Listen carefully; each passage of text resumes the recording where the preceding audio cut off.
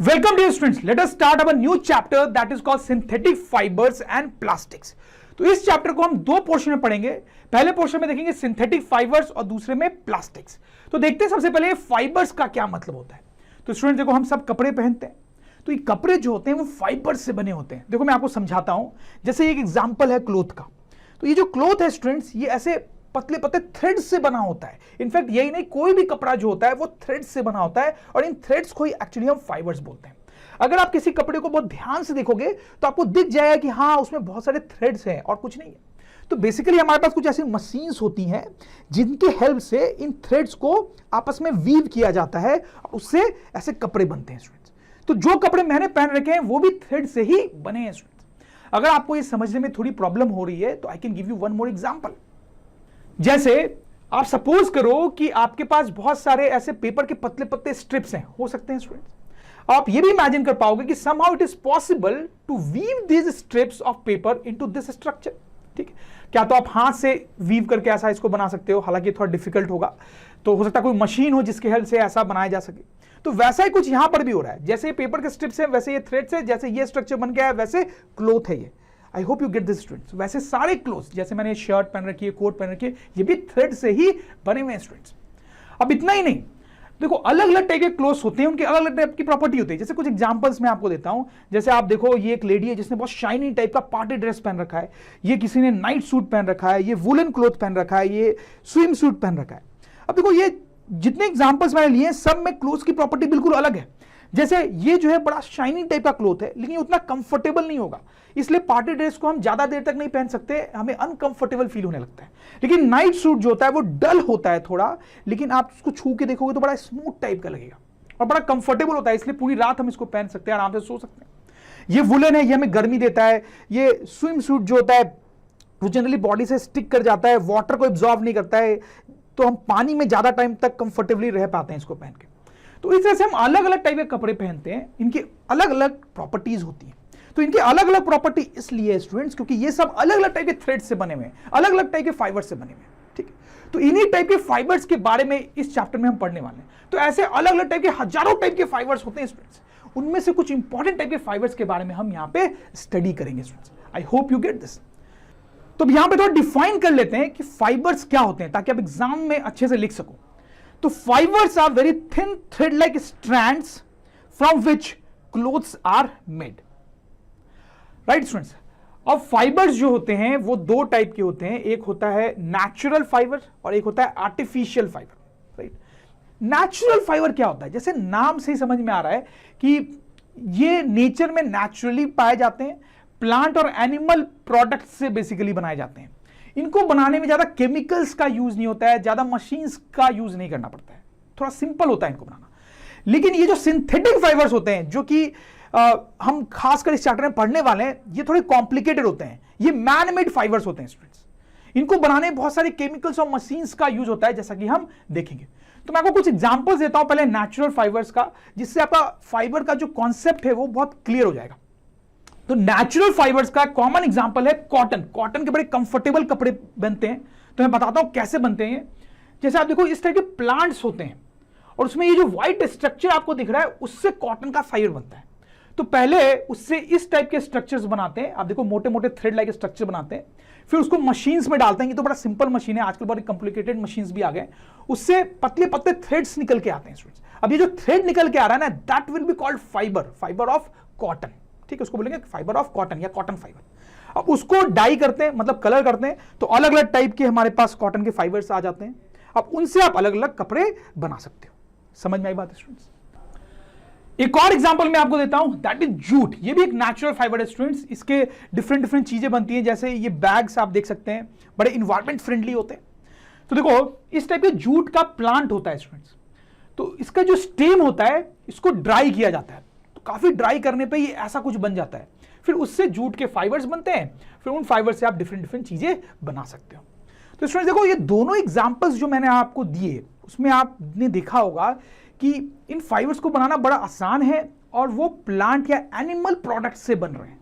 एक और एग्जांपल अगर हम देखें स्टूडेंट्स नेचुरल फाइबर का, तो दैट इज वूल। तो शिप जो होता है स्टूडेंट्स, उसके जो हेयर्स होते हैं, आपको देख के लग रहा होगा इसके हेयर्स से वूल बनते हैं, तो इसके हेयर्स को शेव कर लेते हैं और उससे फिर वूल बनता है। इस वूल से फिर आप है ना वुलन क्लोथ्स बना सकते हो। अब नेक्स्ट बड़ा इंपॉर्टेंट एग्जांपल मैं आपको बताने वाला हूं नेचुरल फाइबर का, दैट इज सिल्क। तो स्टूडेंट्स, सिल्क की साड़ीज बनती है, बड़ी ब्राइट टाइप की होती हैं, लोग जनरली पार्टीज में पहनते हैं उसको। तो देखो सिल्क कैसे बनता है उसको समझने के लिए आपको सिल्क वॉर्म के बारे में समझना पड़ेगा। Silk worm is an insect. तो देखो ये उसके एग्स हैं, ठीक है, ये डेवलप होकर लावा में कन्वर्ट होते हैं। फिर ये जो लावा होता है ये अपने अराउंड एक व्हाइट रंग की कोटिंग डेवलप करता है जिसको ककून बोलते हैं, that is very important students. फिर धीरे धीरे ककून बस्ट होता है, उससे सिल्क वॉर्म निकल के बाहर आता है, राइट। और फिर ये सिल्क वॉर्म वापस से एग्स देगा और फिर ये पूरा साइकिल जो है वो रिपीट होता रहता है। So that is a life cycle of a silk worm. अब क्या होता है कि सिल्क कैसे बनाते हैं, ये जो पिक्चर आप देख रहे हो जिसमें एक ककून बना है, राइट स्टूडेंट्स, तो उससे बेसिकली थ्रेड लाइक स्ट्रक्चर निकलता है और वो जो थ्रेड लाइक स्ट्रक्चर है वो सिल्क का फाइबर है, उसको फिर डाई करके बहुत सारे क्लोथ्स बनाए जाते हैं, राइट। तो देखो जितने भी एग्जांपल्स मैंने आपको दिए यहां पे, चाहे वो कॉटन था, चाहे वो जूट था, वूल था, सिल्क था, इन सब को आप ध्यान दें, वो सब बड़े सिंपल प्रोसेस से बनते हैं। प्लांट या एनिमल प्रोडक्ट्स हैं, उनको बनाने में ज्यादा केमिकल का इस्तेमाल नहीं होता है। जैसे कि एक बार मैं आपको रिपीट करके दिखा देता हूं, ये था कॉटन कैसे बनता है, फिर ये मैंने आपको बताया जूट कैसे बनता है, ये मैंने बताया वूल कैसे बनता है, सिल्क कैसे बनता है। देखो सब प्लांट और एनिमल प्रोडक्ट से बन रहे हैं और ज्यादा केमिकल्स इन्वॉल्व नहीं है, राइट स्टूडेंट्स। अब देखो आगे बढ़ने से पहले एक टर्म समझना चाहिए हमें, दैट इज कॉल्ड पॉलीमर। देखिए पॉलीमर क्या होता है, सपोज को स्टूडेंट्स हमारे पास एक मॉलिक्यूल है, तो मॉलिक्यूल क्या होता है ये तो हम समझते हैं, प्रीवियस चैप्टर से हमने पढ़ा है। तो ऐसे बहुत सारे मॉलिक्यूल्स अगर बैक टू बैक हमारे पास कनेक्ट हो जाएं तो एक चेन लाइक स्ट्रक्चर बन जाएगा और ये चेन लाइक स्ट्रक्चर को स्टूडेंट्स पॉलीमर बोलते हैं। तो बेसिकली पॉलीमर एक बड़ा मॉलिक्यूल है, एक बहुत बड़ा मॉलिक्यूल है जो बहुत सारे छोटे छोटे मॉलिक्यूल्स को के मिलने से इस तरह बना है। तो इस पूरे चेन को हम बोलते हैं पॉलीमर और उसमें एक इंडिविजुअल मॉलिक्यूल को हम बोलेंगे मोनोमर। तो स्टूडेंट्स क्या होता है कि अगर कोई भी आप फाइबर को लोगे, सपोज करो कॉटन का एक फाइबर लिया मैंने, अब उसको जूम करके देखोगे, तो इसमें बहुत सारे पॉलीमर्स के चेन्स आपको दिखाई देंगे। तो fibres are actually made up of polymers. जैसे कॉटन का जो फाइबर होता है उसमें जो पॉलीमर्स होते हैं उनका नाम होता है सेलुलोज। वैसे अलग अलग फाइबर्स में अलग अलग टाइप के पॉलीमर्स होंगे, उनका अलग अलग नाम हो सकता है। तो अब लिटरली पॉलीमर को कैसे डिफाइन करते हैं, let's see. A polymer is a very big molecule formed by the combination of large number of small molecules. The small molecules which join together to form a polymer are called monomers. तो हमने देखा कि जो fibres हैं वो natural fibres हो सकते हैं या सिंथेटिक फाइबर्स होते हैं। तो हम देखेंगे सिंथेटिक फाइबर्स क्या होते हैं। तो जैसे मैंने आपको बताया ये मैन मेड होते हैं, केमिकल से बनते हैं, इंडस्ट्रीज में बनते हैं, राइट। इनको हम डिफाइन भी कर सकते हैं students. The man made fibres produced from chemical substances are called synthetic fibres. Synthetic fibers are made in industry by the chemical process called polymerization. तो सिंथेटिक फाइबर्स ही बहुत टाइप के होते हैं स्टूडेंट्स, बहुत टाइप के अलग अलग टाइप के फाइबर्स इंसान ने बना लिए। उसमें से 4 टाइप के मेन सिंथेटिक फाइबर्स हम यहां पे स्टडी करेंगे स्टूडेंट्स। कौन कौन से? Rayon, nylon, polyester, acrylic. तो इन चारों की इमेजेस भी जब आप देख रहे हो तो आपको समझ में आ रहा होगा थोड़ा थोड़ा कि उनके टेक्सचर में थोड़ा सा डिफरेंस होता है, और नहीं भी समझ में आ रहा है तो आगे और समझ में आ जाएगा। तो एक एक करके इन चारों को हम डिटेल में देखेंगे स्टूडेंट्स। तो सबसे पहले बात करते हैं रेयॉन की। तो रेयॉन को समझने के लिए थोड़ा सिल्क को समझना पड़ेगा। तो मैं आपको याद दिला दूं, सिल्क एक नेचुरल फाइबर है, हमने पढ़ा है स्टूडेंट्स। हमने देखा कि कैसे सिल्क वॉर्म से सिल्क निकाला जाता है, फिर उससे इस तरह के ब्यूटीफुल कपड़े बनाए जाते हैं स्टूडेंट्स। बड़े शाइनी टाइप के कपड़े होते हैं, ब्यूटीफुल होते हैं, लेकिन थोड़े कॉस्टली भी होते हैं। अच्छा, मैं एक चीज और आपको बता दूं कि सिल्क वॉर्म से ये सिल्क निकाल के जो सिल्क के कपड़े बनाने की जो टेक्निक है वो सबसे पहले चाइना में डिस्कवर की गई थी, और चाइना ने बहुत टाइम तक ये जो टेक्निक है दूसरी कंट्रीज के साथ शेयर नहीं की थी। लेकिन स्टूडेंट्स, किसी भी अच्छी चीज को आप कितने दिन तक सीक्रेट रख सकते हो, तो धीरे धीरे लोगों को पता चल ही गया। बट एनीवेज स्टूडेंट्स, काम की बात यह है कि सिल्क से जो कपड़े बनते हैं होते तो बड़े सुंदर है, लेकिन बड़े कॉस्टली होते हैं। अब यहां पे एक प्रॉब्लम है, क्योंकि हर इंसान उसको अफोर्ड नहीं कर पाएगा। इसलिए धीरे धीरे साइंटिस्ट लोगों ने फैक्ट्रीज में एक नया टाइप का फाइबर बनाने की टेक्निक डेवलप की, और उस फाइबर का नाम था रेयॉन। और इस फाइबर की खास बात यह थी कि इसके कपड़े देखने में सिल्क जैसे लगते थे, उतने ब्यूटीफुल और शाइनी लगते थे, लेकिन कॉस्टली नहीं होते थे, लो कॉस्ट होते थे। So that is the importance, that is the main importance of this fiber rayon students. ठीक, तो यहां पे जो थोड़ी थोड़ी बातें हमने पढ़ी है उसको मैं थोड़ा सा लिख भी देता हूं स्टूडेंट्स। तो अब देखते हैं कि रेयन को बनाते कैसे इंडस्ट्री में। तो ब्रीफ में हम देखेंगे, ये आप देखो वुड के छोटे छोटे पीसेस लिए जाते हैं, इसको वुड पल्प भी बोलते हैं, ठीक है। फिर इनको इंडस्ट्रीज में ले जाया जाता है, इनके ऊपर बहुत सारे केमिकल रिएक्शंस किए जाते हैं, तो फिर फाइनली इससे एक इस टाइप की लिक्विड बन जाती है, एक थिक लिक्विड बन जाती है इस टाइप की। तो आप देखो कितनी डिफरेंट टाइप की चीज बन गई है, क्योंकि इसको बहुत केमिकली प्रोसेस किया गया इंडस्ट्रीज में, ठीक है। फिर आप इस इमेज को देखो स्टूडेंट्स, इसको आप देखोगे तो आपको समझ में आएगा, यहां पे जो ट्रांसपेरेंट लिक्विड आपको दिख रही है दैट इज सल्फ्यूरिक एसिड, और ये जो सिरिंज आपको दिख रहा है इसमें वो लिक्विड जो बनाई गई थी वो फिल की गई है। तो जब उसको स्क्वीज किया जाता है तो आप देखो यहां पे ये थ्रेड टाइप ब्लू स्ट्रक्चर निकलता है, जो कि थोड़े देर बाद अपने आप व्हाइट कलर में कन्वर्ट हो जाता है, और यही है रेयन का फाइबर, यही है रेयन का फाइबर। और फिर इसको डाई करके अलग अलग कलर के फाइबर बना लेंगे, फिर उससे कपड़े बनाए जा सकते हैं।